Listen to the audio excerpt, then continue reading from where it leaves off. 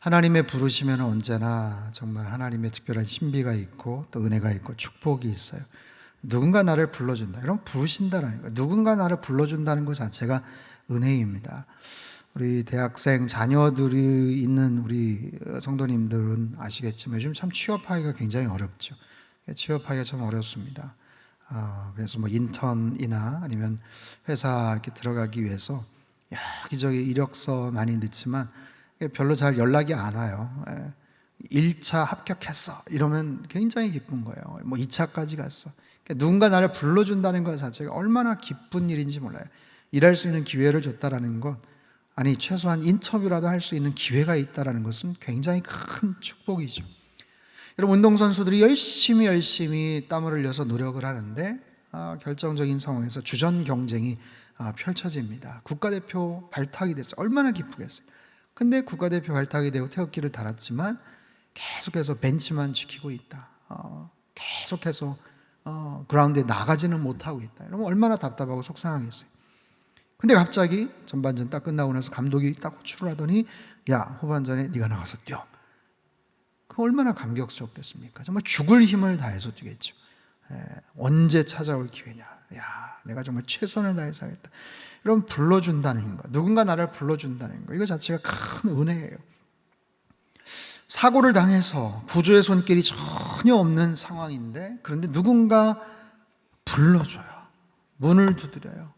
소리를 내요. 누구 있으세요?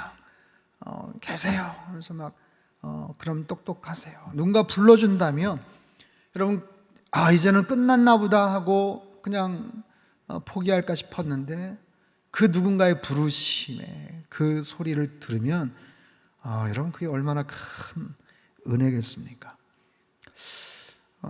지난번에 말라위에 갔다 와서 참 많은 것들을 좀 느꼈는데, 지난번에도 그랬지만 참 말라위는 정말 가난한 나라예요. 여기 말고 이렇게 더 이렇게 도시가 없나요? 이렇게 막 번화한 데가 없나요? 라고 제가 선교사님한테 몇 번을 여쭤봤는데 여기가 수도입니다. 여기가 제일 번화한 데입니다. 라고 계속 얘기를 하세요. 근데 정말 상상할 수 없을 정도로 그냥 시골이에요. 뭐 전기 보급률이 10%라고 하니까 여러분 상상하시는 것 이상입니다. 길가에 흙먼지 날리고 차선도 없고 신호등이 없어요. 신호등 자체도 없고 그냥 길거리에 이렇게 가면 뭘 와서 이렇게 파는 분들이 있습니다. 거기에 길거리에서 파는데 뭐 대단한 거 파는 것 아니에요. 토마토 뭐 3개 정도 이렇게 놓고 흙먼지 날리는 곳에서 그냥 멀뚱멀뚱 이렇게 보면서 장사를 합니다. 얼마인지 모르겠어요. 계란 한 몇 개 이렇게 올려놓고 이렇게 팔아요. 그리고 이제 막 트래픽 막히는 이런 데는 그 짝퉁 가방 같은 거 있잖아요. 그런 거 가지고 막 이렇게 하는데 눈 한 번 마주치려고 막 아무튼 그런 분들이 되게 많아요. 야, 저 하루 종일 저 토마토 한 몇 개 저 팔아가지고는 저거 얼마나 될까? 저거 못 팔면 저거 어떻게 하려나? 그냥 뭐 드시나? 그런 막 생각이 들어요. 그런 상황에서 차문을 열고 이렇게 만약에 누가 불러준다면 여러분 얼마나 감격스럽겠습니까? 불러준다는 것 자체, 정말 하루 벌어서 하루 먹고 사는, 우리가 상상할 수 없는 정도의 열악한 그런 상황 속에서 뭐 사주는 건 둘째치고 누군가 눈이라도 마주치고 한번 불러준다는 것 자체가 얼마나 참 큰 은혜고 기쁨일까. 저는 예수님께서 제자들을 불러주셨을 때 갈릴리 연안에서 고기 잡아서 생계를 이어가던 그 제자들도 마찬가지였다고 저는 생각을 합니다. 무슨 소망이 있겠어요? 갈릴리 연안에서 물고기 잡아서 그냥 연명하는 거예요. 많이 잡으면 기분 좋고 그냥 공치는 날은 손가락 빠는 거예요. 아무것도 할 수 있는 뭐 그런 상황이 없습니다. 그저 하루 벌어서 하루 먹고 사는, 모든 것을 그냥 운에 맡겨야 되는 그런 모습으로 소망 없이 살아가던 그런 제자들, 그런 무명의 제자들, 그들을 향해서 예수님께서 눈을 마주치시면서 나를 따라와라, follow me, 나를 따라오너라, 내가 너로 하여금 사람 낚는 어부가 되게 해주겠다. 여러분, 그게 무슨 얘기인지조차도 상상이 안 갈 겁니다. 나를 따라와라. 불러준다는 것. 부르심에는 엄청난 은혜가 있어요. 여러분, 우리 모두는 이 부르심 자체, 하나님께서 나를 불러주셨는데 그건 당연히 땡큐지, 은혜지, 감사지, 축복이지 라고 분명히 우리는 인식하고 고백을 합니다. 근데 중요한 것은 이렇게 임직 이제 수료식 할 때 탁 이렇게 앉아서 끄덕끄덕 하시면서 이렇게 받는 그 마음이 얼마나 계속해서 지속되느냐, 이 부르심에 대한 감격과 이 다짐을 어떻게 평생 지속하면서 살아갈 것인가, 저는 그것이 굉장히 중요하다고 생각을 합니다. 오늘 세 가지를 말씀을 드릴 텐데요. 첫 번째는 감사하라입니다. 감사하라. 우리 8절 말씀 같이 한번 읽겠습니다. 8절 말씀 시작. 너희는 그 은혜에 의하여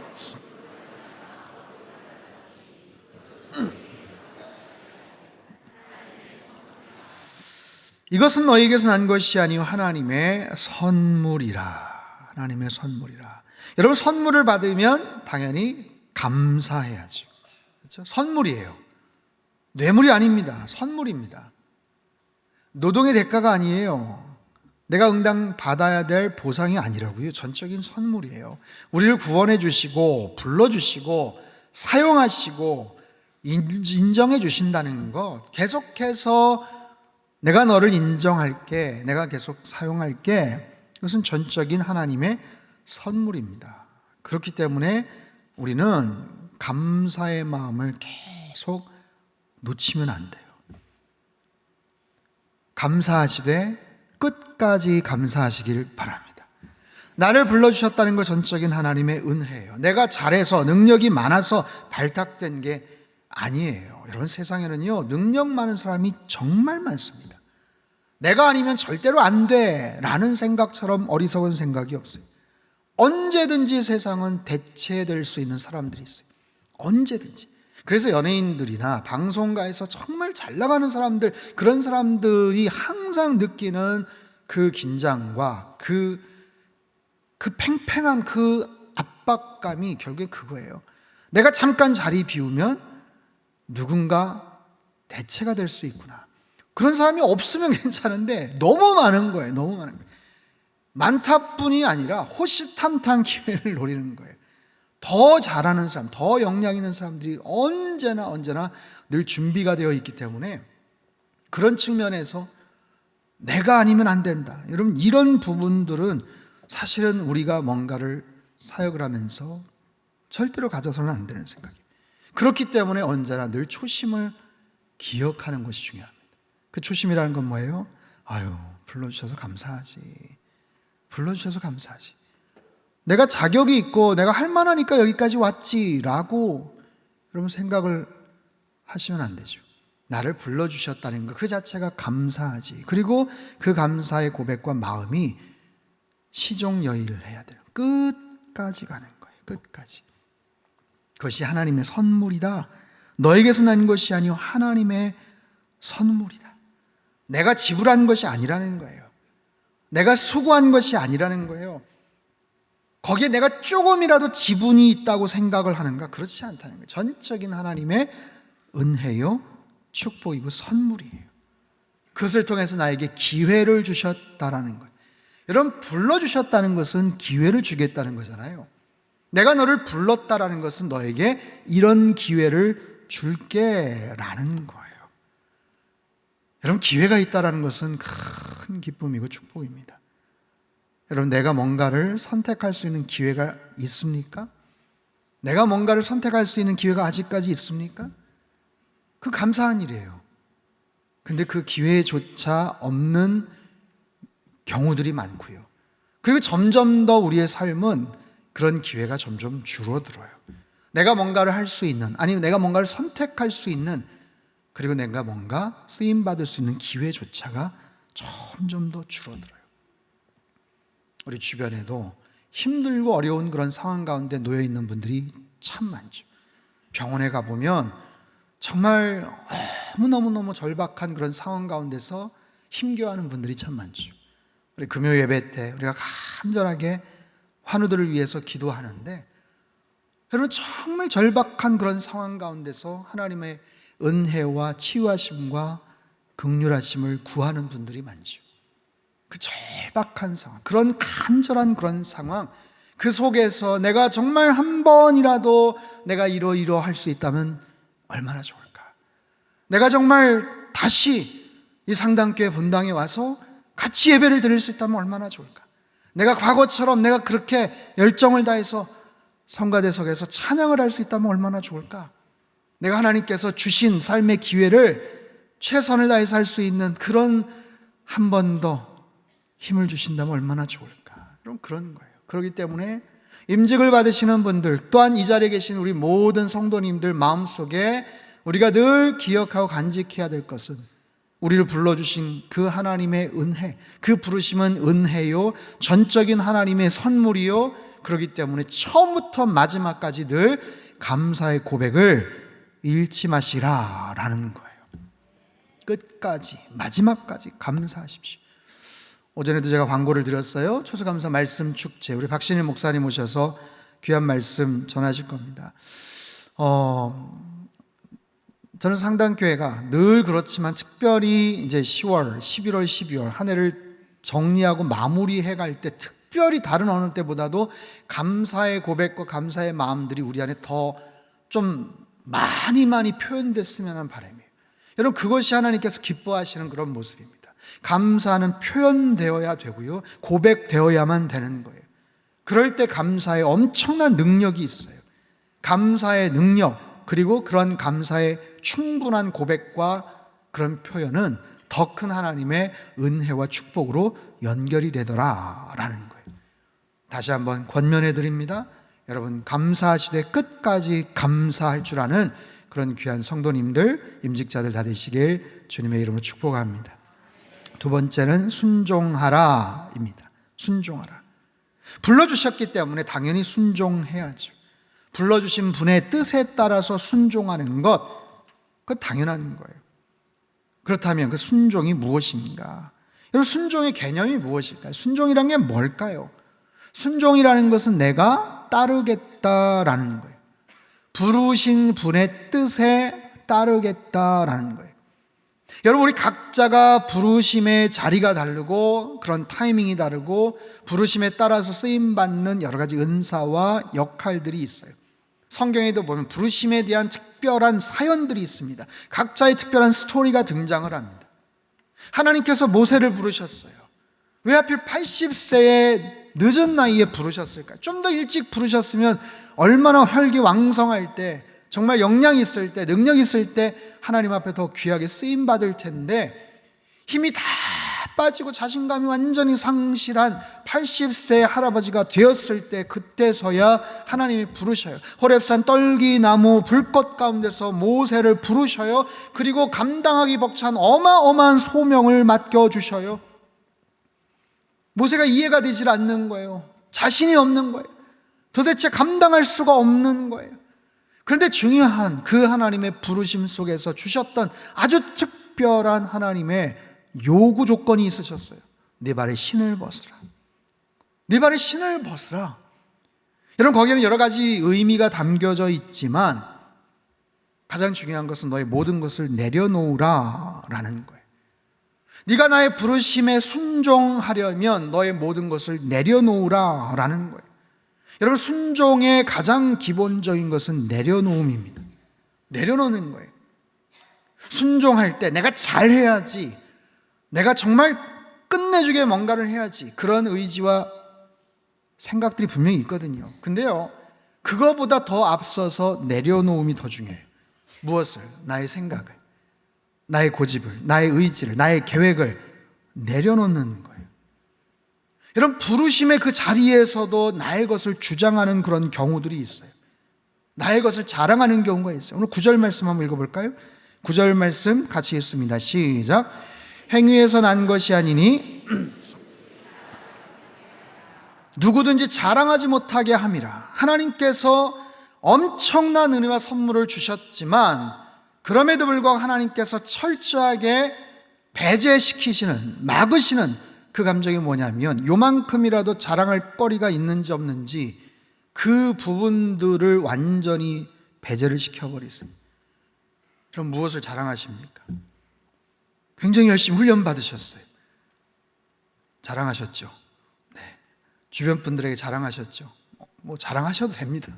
네. 그런 부분은 괜찮아요. 근데 그런 부분들을 토대로 해서 앞으로 임직을 받으시고 여러 가지 사역들을 행할 때 나도 모르게 자랑을 할 그런 부분들이 있어요. 내가 말이야 이러이러한 부분 때문에 임직을 받았고 내가 어떤 역할들을 감당하고 있어. 분명히 어떤 잘하시는 것들이 있을 거예요.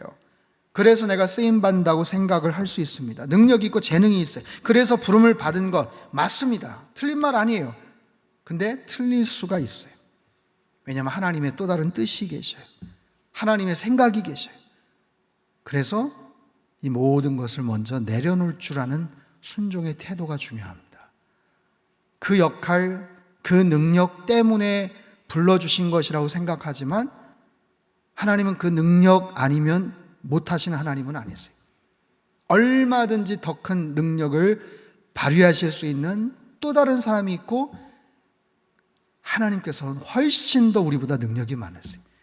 내가 가진 어떤 능력보다도 하나님은 훨씬 더 많은 능력을 갖고 계시는 하나님이세요. 그렇기 때문에 내가 섬길 수 있는 기회, 귀한 자리가 있다면 그리고 그 섬김의 기회를 영광스럽게 가꾸어 나아가시려면 순종하는 거예요. 순종하되 어떤 순종? 불편한 마음으로의 순종이 아닙니다. 마지못한 순종이 아닙니다. 말씀드렸듯이 순종의 기본은 내려놓음이에요. 나의 모든 생각을 다 내려놓는 거예요. 예루살렘 입성하실 때 예수님께서 나귀가 필요하셨어요. 제자들에게 이야기를 하십니다. 성읍 어디에 가서 새끼 나귀가 있을 텐데 그거 가지고 풀어와라. 주인이 뭐라고 하면 주가 쓰시겠다 하라. 여러분 굉장히 어려운 그런 요청이라는 것 아십니까? 한참 일할 수 있는 그런 새끼 나귀, 요긴한 재산 목록 1호일 수 있는 그 새끼 나귀를 주인하고 무슨 상의가 됐는지 아니면 무슨 대여비를 준 것도 아닌데 그냥 그대로 가가지고 이거 풀어가고 뭐라고 하면 주님이 쓰시겠다고 합니다 라고 말만 하면 된다는 거예요. 이런 거 순종하기 어렵습니다. 상식적으로 어렵잖아요. 근데 성경에 보면 제자들이 토달지 않습니다. 그대로 가서 주님께서 시키시는 대로 순종합니다. 그리고 그 순종의 결과로서 그 새끼 나귀를 타시고 예수님께서 입성하시죠. 요한복음 2장에 물떠온 하인들, 예수님께서 그 항아리에 아귀까지 물을 채워라. 물 채울 수 있어요. 근데 그것 연회장에 갖다 주어라. 그건 어렵습니다. 갖다 주는 게 어려워서가 아니에요. 상식적으로 이해가 되지를 않거든요. 그럼에도 불구하고 요한복음 2장에 나오는 그 하인들 그대로 순종합니다. 그리고 그 물은 변화해서 극상품의 포도주가 되죠. 손님들이 깜짝 놀라서 말합니다. 연회 열었던 그 주인 호스트에게 얘기합니다. 야, 보통은 처음에 맛있는 포도주 내놨다가 사람들 얼큰하게 취하고 정신이 해롱해롱하면 그제서야 좀 질 나쁜 것들을 이렇게 내놓는 법인데, 야, 여기는 어떻게 거꾸로 됐어? 어디서 이렇게 기가 막힌 포도주를 구한 거야? 알 수가 있나요? 연회장 주인도 몰라요. 아무도 몰라요. 근데 물떠온 하인들은 알더라. 그게 순종함의 엄청난 기쁨이에요. 사람들은 모르는데 순종을 통해서 얻게 되는 주님과 나만이 알고 있는 은밀한 그런 비밀들, 내려놓을 때 주셨던 그런 엄청난 기쁨입니다. 여러분, 내가 순종을 하는데 만약에 이런 기쁨이 없다면, 분명히 순종을 하고 있는데 불평과 원망이 있다면, 아직도 내 생각이 살아있다면 내가 내려놓지 못한 뭔가가 있기 때문에 그래요. 우리 사랑하는 우리 모든 성도님들, 또 오늘 임직 수료를 하시는 우리 모든 임직자분들, 주님 말씀대로 순종하시되 모든 것을 내려놓고 끝까지 순종하시길 주님의 이름으로 축복합니다. 마지막 세 번째는 충성하라입니다. 충성하라. 불러주신 분을 향해서 충성하라. 마지막까지 충성하라. 우리 모두는 하나님의 소유입니다. 하나님께서 만들어 주셨어요. 하나님께서 하고자 하시는 그런 계획이 있는 거예요. 여러분, 얼핏 보면 순종과 충성은 비슷한 그런 개념입니다. 순종과 충성이 뭐가 다른가? 구제 설명을 드리자면 순종은 비워내는 거고요, 충성은 채워넣는 거예요. 내 생각을 내려놓고 내 생각을 비우고 하나님의 뜻과 하나님의 생각으로 채워나가는 거예요. 여러분, 한 분 한 분에게 하나님께서 하실 일이 있으신 거예요. 한 분 한 분을 통해서 이루고자 하시는 하나님의 계획이 있는 거예요. 하나님께서 나를 어떻게 여기시는가, 나를 어떤 존재로 여기시는가, 하나님이 무엇을 하기를 원하시는가. 오늘 본문 에베소 2장 10절 말씀 우리 한번 큰 소리로 읽도록 하겠습니다. 시작. 우리는 그가 만드신 바라 그리스도 예수 안에서 지으심을 받은 자니 이 일은 하나님이 전에 예비하사 우리로 그 가운데서 행하게 하려 하심이니라. 아멘. 우리는 그가 만드신 바라. 우리는 그분의 피조물이에요. 선한 일을 위하여 지으심을 받은 거예요. 하나님께서 우리를 지어주셨어요. 창조하셨어요. 우리를 만들어주셨어요. 무엇을 위해서? 하나님의 선한 일을 위해서 만들어주셨어요. 하나님이 전에 예비하사 우리로 그 가운데 행하게 하려 하시는 그런 일들이 있다라는 거예요. 하나님이 예비하신 일이 있다라는 거예요. 하나님께서 시키실 일이 있다라는 거예요. 여러분, 부르심의 은혜, 그 은혜에 감사하다면, 그래서 내려놓고 순종할 수 있다면 끝까지 충성하십시오. 끝까지 그 길을 걸어가십시오. 내 마음에 감사도 있고요, 순종할 충분한 그런 의지와 마음이 있다면 여러분, 그 마음 변치 마세요. 좌로나 우로나 치우치지 마세요. 중간에 왔다 갔다 하지 마세요. 중간에 이것저것 계산하지 마세요. 여러 가지 갈등과 유혹으로 고민하지 마시고 마지막까지 충성을 다하시는 우리 모든 임직자들 되시길 주님의 이름으로 축복합니다.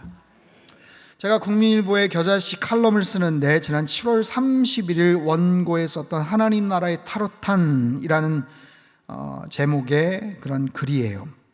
언젠가도 제가 한번 설교 때 인용을 했던 기억이 있는데 한번 좀 읽어드리겠습니다. 몽골 제국의 황제 징기스칸에겐 생사고락을 함께했던 9명의 공신들이 있었습니다. 그들을 타르탄이라고 불렀는데 세상에서 가장 존귀한 자라는 의미로서 이 단어는 9번째 공신 타타르족의 쉬후톡에서 그 이름이 유래되었을 것으로 추정합니다.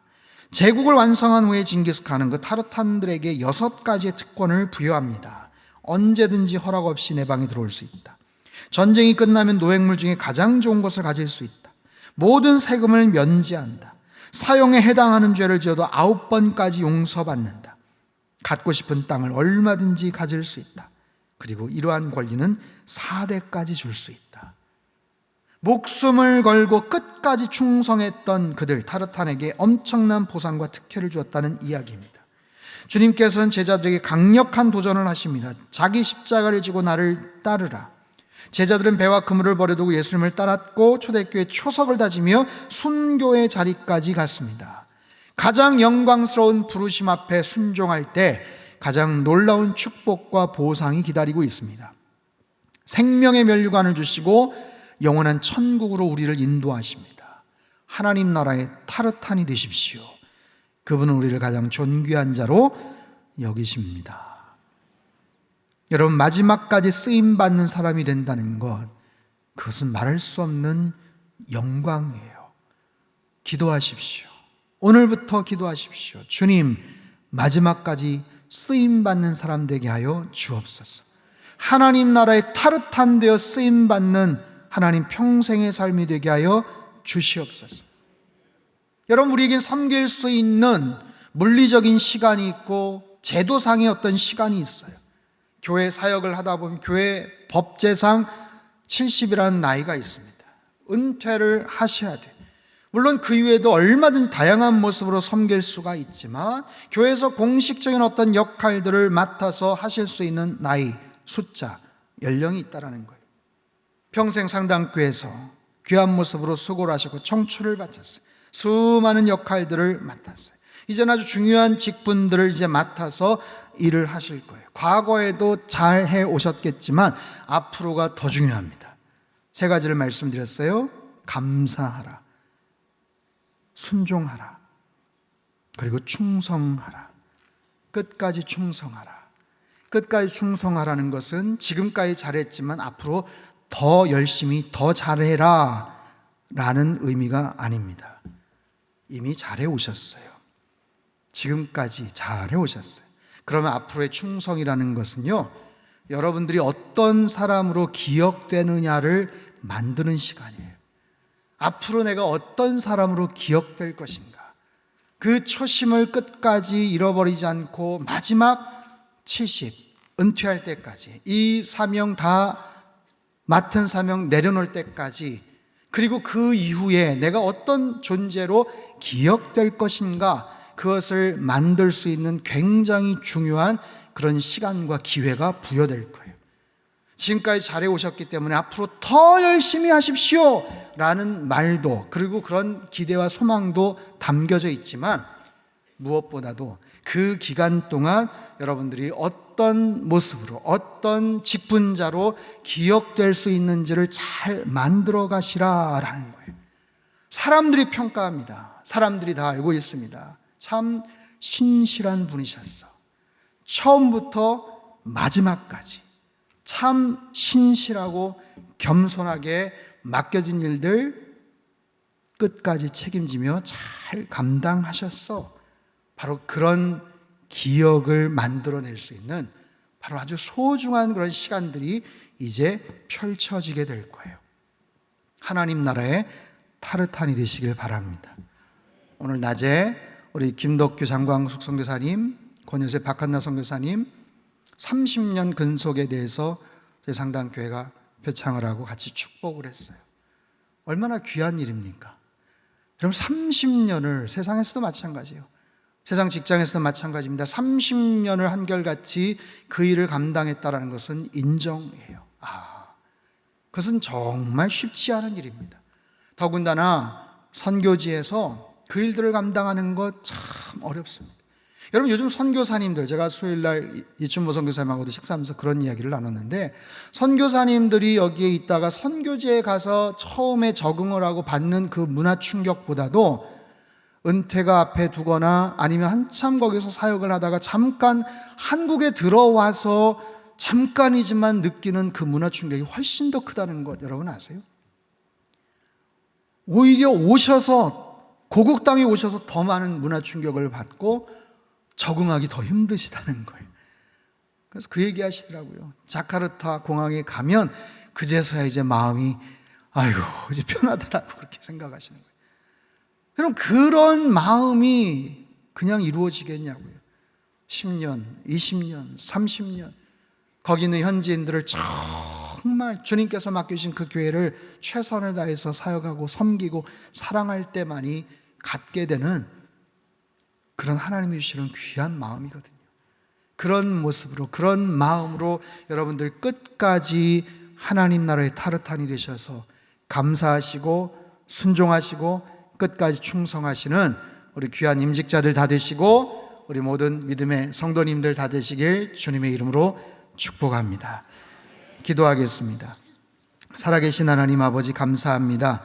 교회 귀한 일꾼들을 세워주시고 하나님, 지난 4월 23일부터 참 쉽지 않은 훈련들을 여기까지 잘 받게 하시니 감사합니다. 시간도 주셨고 건강도 주셨고 포기하지 않는, 중도 탈락하지 않는 하나님 그런 의지와 또 은혜도 허락해 주셨습니다. 임지학 스쿨 수료식을 하고 이제 11월 달에 임직을 받을 터인데 하나님, 처음 가졌던 이 초심을 잃어버리지 않게 하시고 부르심에 담겨있는 하나님의 놀라운 섭리와 은혜에 늘 감사하게 하시고 늘 모든 것 내려놓고 순종하게 하시고 끝까지 충성하는 하나님 나라의 타르탄들 다 되게 축복하여 주옵소서. 존귀하신 예수님의 이름으로 감사하며 기도합나이다. 아멘.